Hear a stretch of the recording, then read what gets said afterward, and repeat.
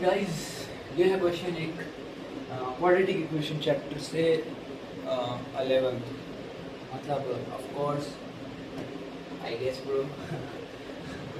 तो देखो क्वेश्चन में सब साफ साफ लिखा हुआ है कि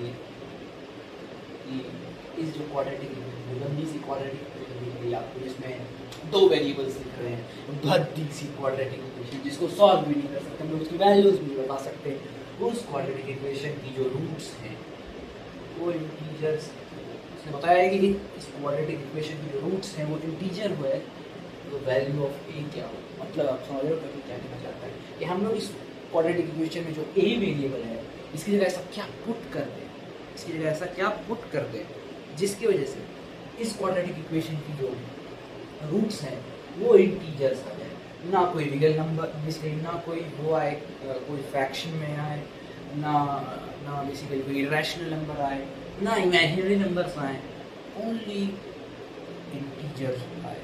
समझ रहे हो, मतलब -1 -2 -3 ऐसे करके है।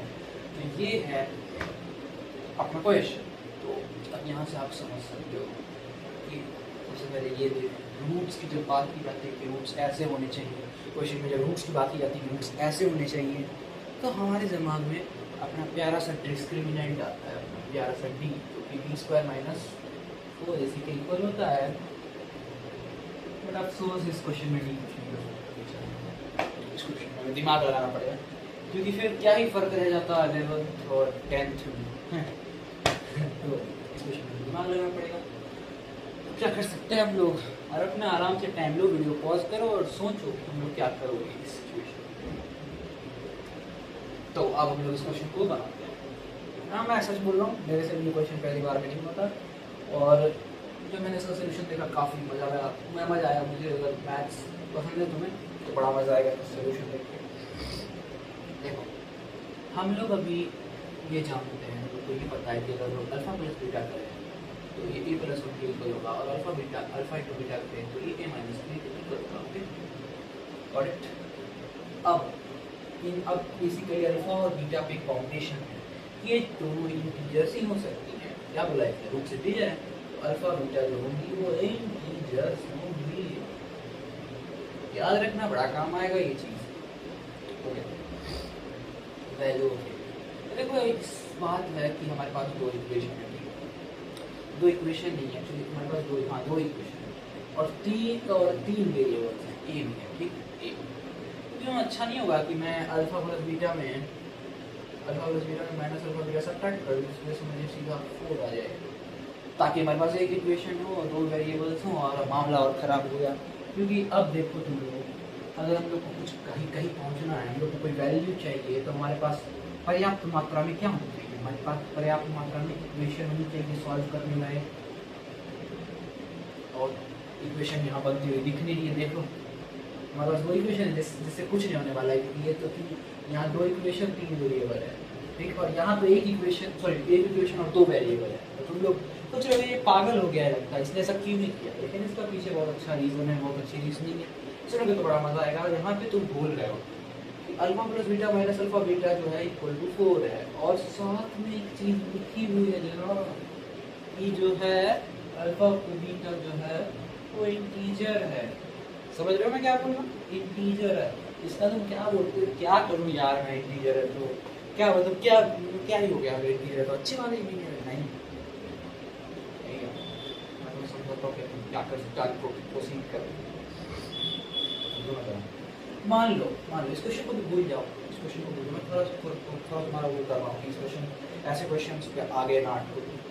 x प्लस वाई जो है 5 है, मान अभी इस क्वेश्चन को भूल जाओ, और हम लोग एक एग्जाम्पल से समझ रहे हैं कि अगर कुछ चीज़ स्टेटमेंट दी गई तो हम उस क्वेश्चन में उसके क्वेश्चन का उसमें बेसिकली उस चीज़ का क्वेश्चन में कैसे यूज कर सकते हैं। x plus y equal to 5, okay, x plus y equal to 5 है, और हमें दिया गया है कि बेटा x और y जो है नेचुरल नंबर्स है, नेचुरल नंबर्स, ठीक है, x प्लस वाई जो है नेचुरल नंबर्स। देखो अब इतना तुम्हें पता, इतना बुद्धि है तुम्हारे अंदर, तुम क्लास 10th में नहीं हो कि अब तुम इसमें गलती करोगे कि अगर x और y नेचुरल नंबर्स है और x plus y equal to 5 है, तो ऑफ कोर्स इसके बस एक या नहीं दो सोल्यूशन होंगे, x इक्वल टू 3 हो जाए, y इक्वल टू 2 हो जाए, या फिर x इक्वल टू 2 हो जाए, y इक्वल टू 3 हो जाए।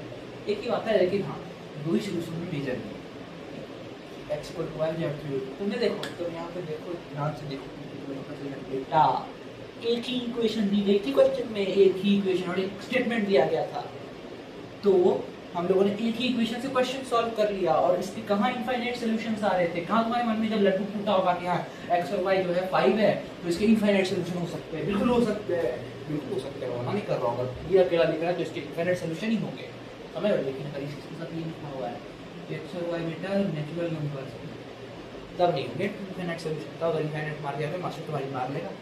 तो समझ रहे ना, बेसिकली वो जो स्टेटमेंट है, उस जो स्टेटमेंट हमारे क्वेश्चन के साथ दी गया था कि x और y नेचुरल नंबर है, वो उस क्वेश्चन के लिए उसने दूसरी इक्वेशन की तरह ऐड किया ताकि उस क्वेश्चन को सॉल्व किया जा सके।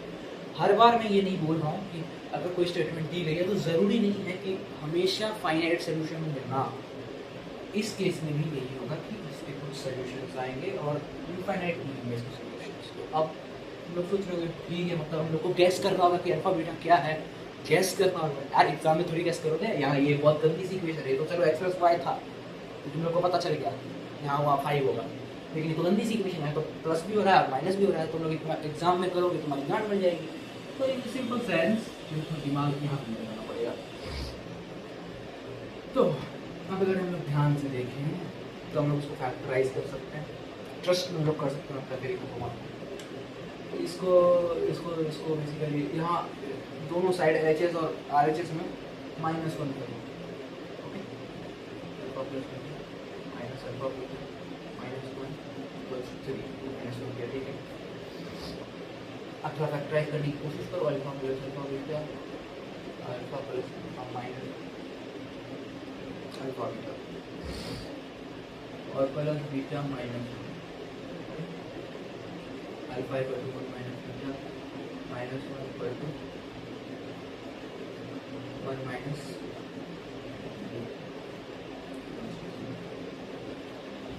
है ना।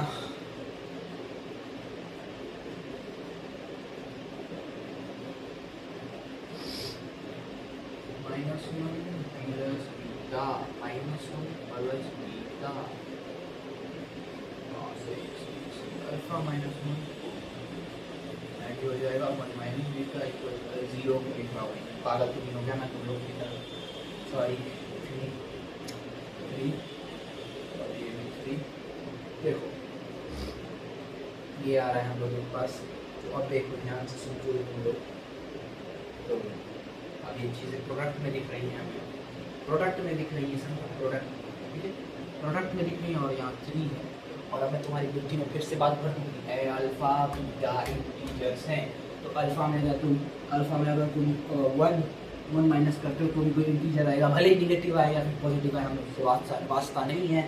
और अल्फा बीटा को तुम 1 से माइनस करते हो तो एक इंटीजर आएगा, भले ही पॉजिटिव आए निगेटिव आए, हमें उससे वास्ता नहीं है।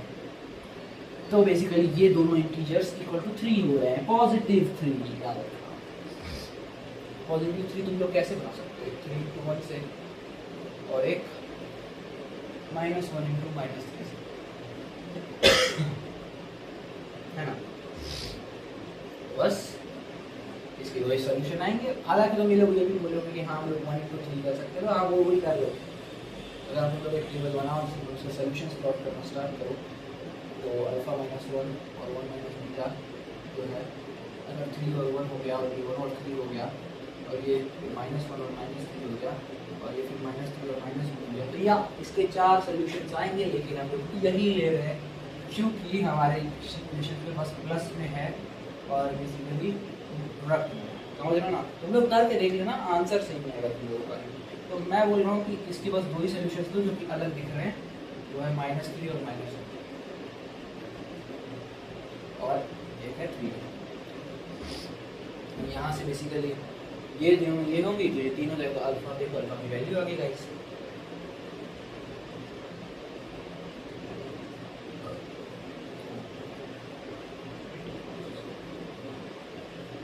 देखो यहाँ पे अल्फा की वैल्यू आ गई, एक और है, एक और वैल्यू अल्फा की वैल्यू आ गई, एक और वैल्यू आएगी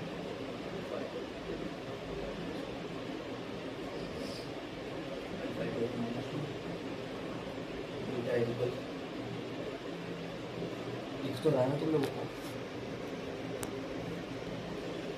देख लो ना यहाँ वैल्यू आ गई बीटा इक्वल टू बीटा के फैक्टर माइनस बीटा तो चलो यार अभी तुम लोगों की क्लास में यार वो तबीयत खराब चल रहा है तो अब क्या होगा इसका सॉल्यूशन हाँ होगा।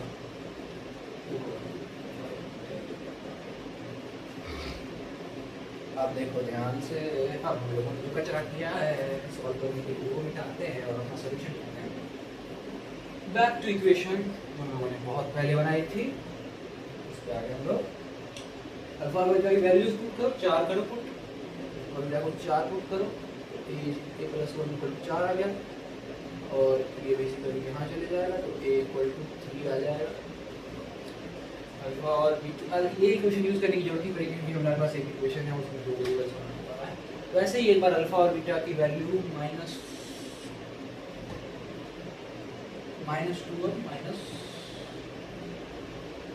2 और माइनस ओके ये क्या कर रहा हूँ भाई मैं? एक आंसर तो मेरा सही है, दूसरा आंसर क्यों गलत हो रहा है?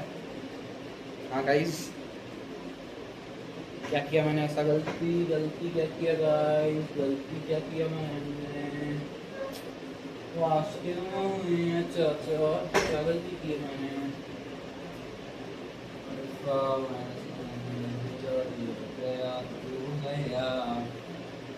और ये भी हो गया।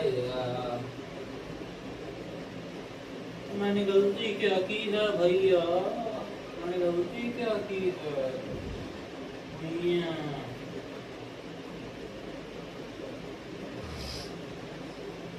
-3 बेटा 3 हो गया मशीन में भाई तू बाबा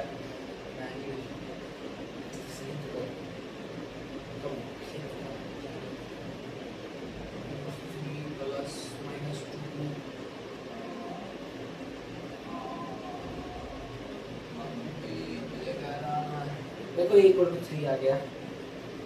अच्छा गलती मैंने नहीं की है, गलती बस सॉल्यूशन मतलब या एक वैल्यू इसकी आएगी और एक वैल्यू a की -1 आएगी। ठीक मेरे पता नहीं कि मेरे सोल्यूशन नोटबुक में इसका वैल्यू 6 दिया होगा, कोई बात नहीं। तो लोग समझ रहे ना कि अगर अल्फा प्लस बीटा को -2 और 2 पुट करेंगे तो अल्फा बीटा 0 आ जाएगा और अल्फा प्लस 1 जो होगा 0 के इक्वल होगा तो अल्फा इक्वल -2 होगा।